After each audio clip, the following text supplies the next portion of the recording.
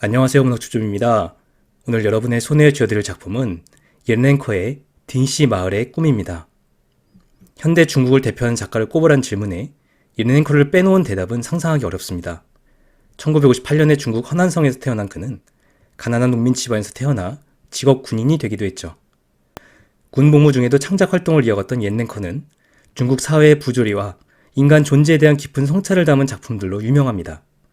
사회의 부조리를 고발하는 내용을 담은 작품이 많아 중국 내에서는 그의 작품들이 금서로 지정되기도 했죠. 하지만 그의 뛰어난 문학성은 옌랭커가 수많은 문학상을 수상하도록 만들었습니다. 일광유년이란 작품을 집필할 당시에는 심각한 허리 부상을 감수하고 선반 위에서 작품을 완성할 정도로 열정적인 작가이기도 합니다. 딩시마을의 꿈은 2006년에 발표된 작품으로 중국 허난성의 한 마을에서 매열로 인해 에이즈가 창궐한 실제 사건을 배경으로 합니다. 출간 직후 당국의 판매 금지 조치가 떨어졌는데 국가의 명예를 훼손했다는 이유 때문이었죠. 그 충격적인 내용도 내용이지만 중국 문단에서 찾아보기 어려운 환상적 리얼리즘 사조의 작품이라 의미가 있습니다. 예전에 소개해드렸던 위화의 허상관 매열기와 함께 읽어보시면 더 재미있지 않을까 싶습니다. 이 작품에 등장하는 주인물들을 소개해드리도록 하겠습니다. 이 소설은 집성촌인 딩시마을의 이야기입니다. 이곳에는 명망 높은 노인 딩수양이 살고 있고 그에게는 장남 딩후이, 차남 딩량이 있습니다. 딩량은 사촌동생의 아내인 링링과 부부가 됩니다. 이 작품의 주요 줄거리를 소개하도록 하겠습니다. 중국의 한 마을에는 딩씨들의 집성촌이 있었는데 그 마을은 무서운 질병인 에이즈에 사람들이 집단 감염되는 비극이 벌어지고 맙니다.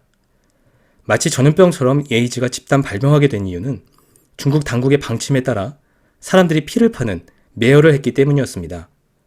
철저히 위생적이어야 할 체열 과정에서 주사 바늘 등을 재활용하면서 매열을 했던 대부분의 사람들에게 에이즈가 발병하고 만 것이었죠. 딩시마을에서 매열을 주도하여 당국으로부터 인정을 받고 돈도 많이 챙긴 사람은 딩후이라는 사람이었고 그는 마을의 명망 높은 노인 딩수양의 장남이었습니다. 마을 사람들은 에이즈 집단 발병의 원인이 딩후이가 주도한 매열이란 사실을 알고 적개심의 딩후이의 아들인 딩샤오창을 독살하기도 하죠. 그런 상황에서도 딩후이는 뻔뻔했고 그의 아버지 딩수이양은 아들에게 마을 사람들 앞에서 사죄하라고 권고하지만 그는 듣지 않았습니다. 노인 딩수이양은 젊은 시절부터 딩시마을의 학교를 관리하고 때로는 교사들 대신 아이들을 가르치기도 했었는데요. 딩시마을의 많은 사람들은 그에게 배웠을 뿐 아니라 성실한 성품으로 마을 사람들에게 존경을 받고 있었던 것이죠. 이 때문에 사람들은 딩후이는 미워했지만 그의 아버지 딩수이양에 대해서는 도리어 존중하고 있었습니다. 그러던 어느 날 마을에 한 남자가 창극을 하는데 딩수이양이 자기 아들 딩후이에게 달려들어 목을 조르는 사건이 벌어집니다. 딩후이는 화를 내며 떠나버리고 딩수이양은 마을 사람들 앞에서 아들을 대신하여 사죄한다는 말을 하면서 환자들을 학교에 격리 수용해 당국으로부터 식량 등을 지원받자고 제안합니다.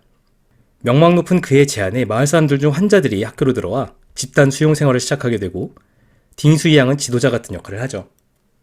학교에 격리된 사람들 중에는 딩수이양의 둘째 아들인 딩량이 있었는데 함께 수용된 사촌동생의 아내 링링과 바람이 납니다.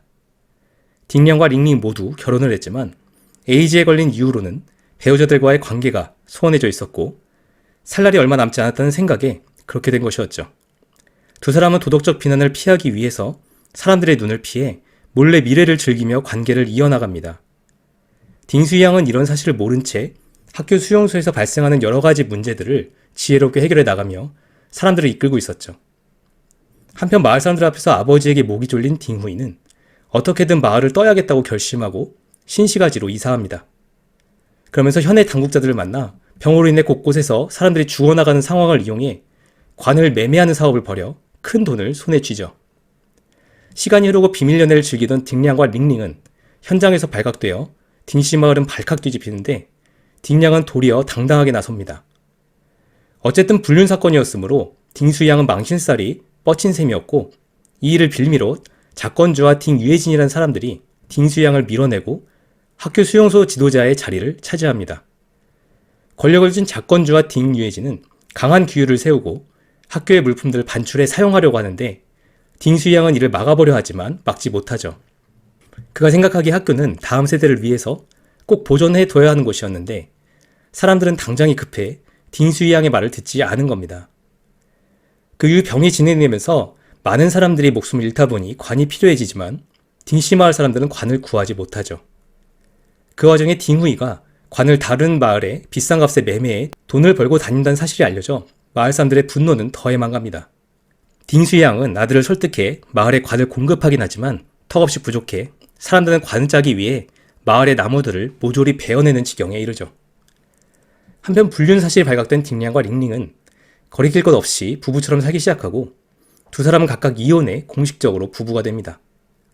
이를 위해 딩량은 링링의 남편이었던 사촌동생에게 자신이 받을 상속권을 내주면서도 행복해하고 링링은 행복감에 건강이 일시적으로 호전되기도 합니다.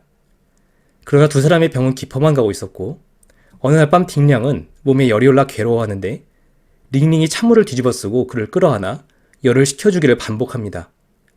이 때문에 도리어 링링의 몸이 악화되어 다음날 새벽 죽음을 맞이하고 그녀의 시신을 본 딩량 역시 스스로 목숨을 끊고 말죠.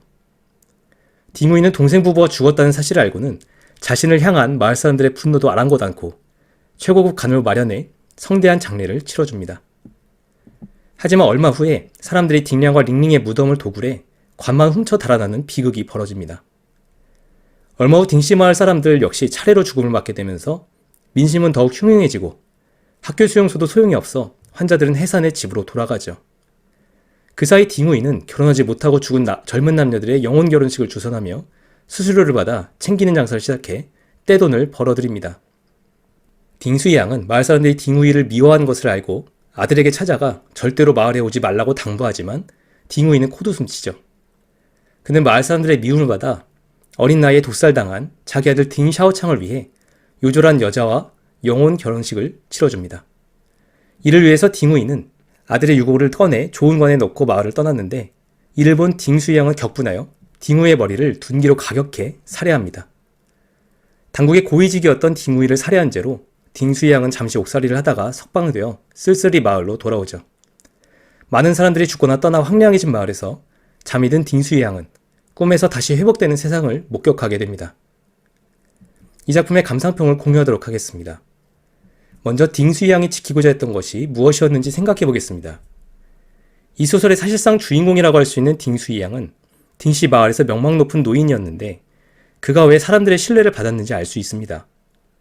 젊은 시절부터 학교에서 일하면서 때때로 교사들 대신에 아이들을 가르치면서 사실상 대부분의 마을 사람들은 그에게 가르침을 받았죠.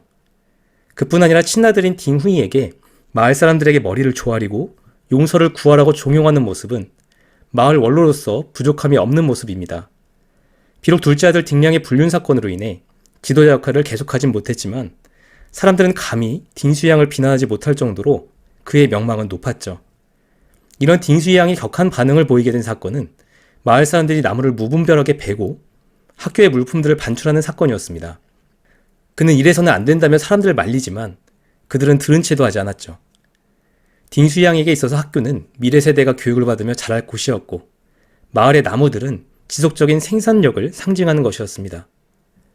나무를 볼 때마다 할아버지는 또다시 딩씨 마을의 땅 위에는 신선한 꽃이 피고 땅 밑에는 황금이 맺히는 꿈이 생각났다. 결국 그가 지키고자 했던 것은 마을의 미래였는데 그는 에이즈의 창궐로 인해 당장 사람들의 삶이 어려워졌지만 미래는 지켜야 한다고 여긴 겁니다.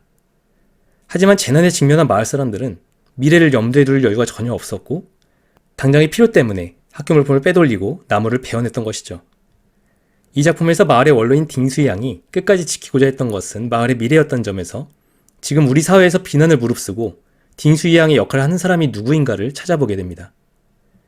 다음으로 딩후이가 상징하는 것에 대해서 생각해 보겠습니다.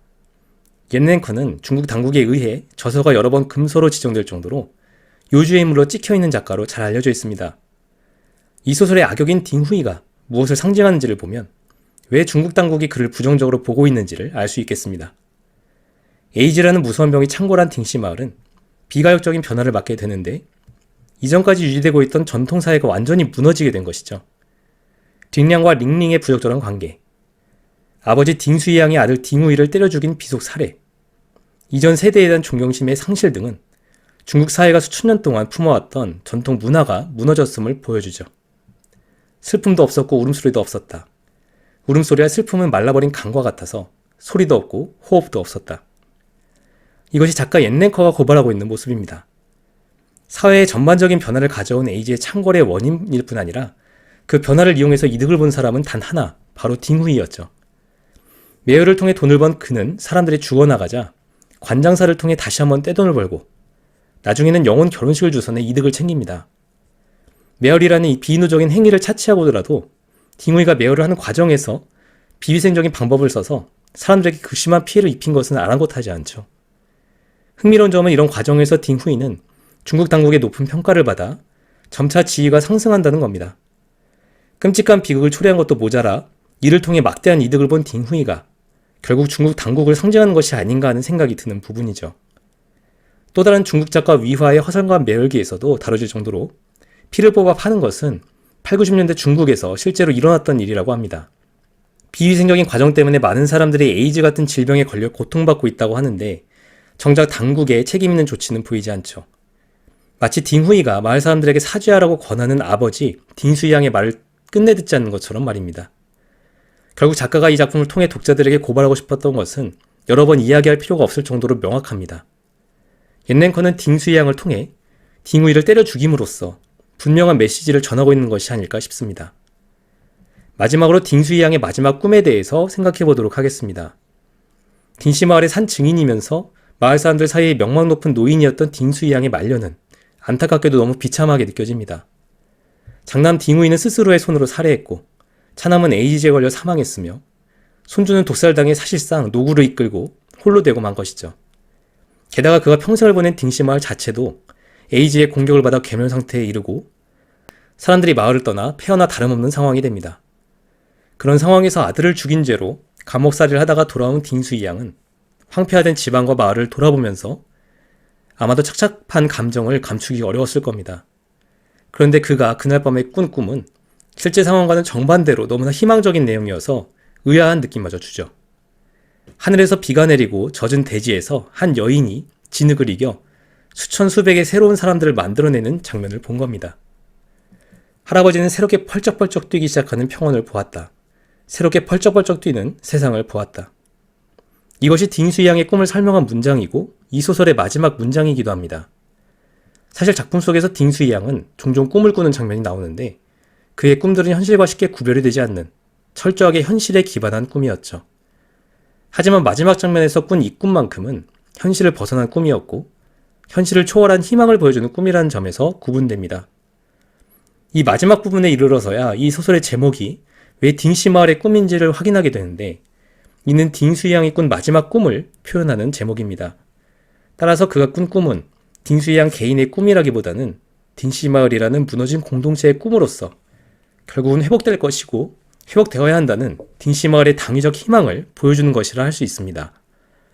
이 작품이 보여주는 마지막 장면은 그럼에도 불구하고 희망을 버리지 않고 살아가는 사람들의 모습을 보여주는 것 같기도 합니다. 여기까지 딩시마을의 꿈 줍줍이었습니다. 감사합니다.